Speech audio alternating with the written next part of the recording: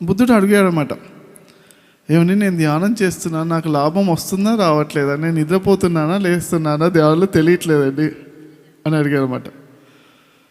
అడిగినప్పుడు మరి బుద్ధుడు ఏం చెప్పాడంటే, మీరు ధ్యానం చేస్తున్నప్పుడు లాభం ఉంది మీకు, అది మీకు తెలియకపోవచ్చు, నాకు తెలుస్తుంది, క్లియర్గా చూడగలుగుతాను. ఎలా అయితే ఒక విత్తనాన్ని తీసుకుని భూమిలో పాతిపెట్టి మట్టి కప్పేసిన తర్వాత 2-3 రోజుల తర్వాత మొలకెత్తుతుంది. కానీ ఆ 2-3 రోజుల లోపల మొలకెత్తి బయటికి కనిపించడానికి ముందు ఏం జరిగింది? విత్తనం మొదటి సెకండ్లో పెరిగింది, అప్పుడే 2వ సెకండ్లో అది ఇంకా ఎదిగింది, అప్పుడే 3వ సెకండ్లో ఎదిగింది. అప్పుడే అలా ఎదుగుతూ ప్రతి సెకండ్ పెరుగుతూ ఉంటే 3వ రోజు మనకు బయటకు మొలకలా బయటకు కనిపించింది. కానీ మొదటి సెకండ్ పెరగకపోతే 2వ సెకండ్ పెరగదు, 3వ సెకండ్ అలా 3 రోజుల తర్వాత మొలక రాదు కదా. కాబట్టి ధ్యానం లోపల ప్రతి సెకండ్ మీకు ఎదుగుదల ఉంటూనే ఉంది. కాబట్టి ధ్యానంకి ఒకసారి ఆ సరి అయిన ఎదుగుదలకి క్లాప్స్ కొడదాం.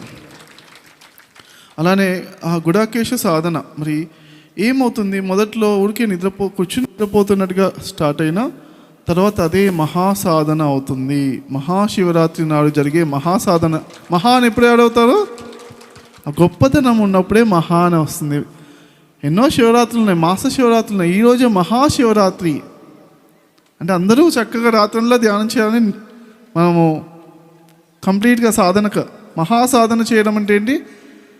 ఈ ఒక్కరోజే శివరాత్రి నాడే మహాశివరాత్రి నాడు జరుపుకుంటే ఓకే, ప్రతిరోజు కూడా నేను ఉండగలుగుతానా అని మనం ఆ ప్రాక్టీస్ని నెక్స్ట్ లెవెల్కి తీసుకెళ్ళడం అనేది మహాసాధన అవుతుందన్నమాట.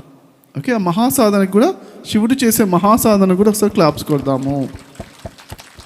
శివుడు పరబ్రహ్మ స్వరూపంగా ఉన్న శివస్వరూపము అంటే నిరాకార నిర్గుణ సచ్చిదానంద స్వరూపము ఒక సాకార రూపంలో తీసుకున్నప్పుడు అందరికీ ఎగ్జాంపుల్ చూపించాలనుకున్నప్పుడు ఏది బెస్ట్, ప్రపంచంలో భగవంతుడు ఒక రూపము తీసుకుంటే ఏది చేస్తారు అంటే బెస్ట్గా ఏమనిపించింది తనకి?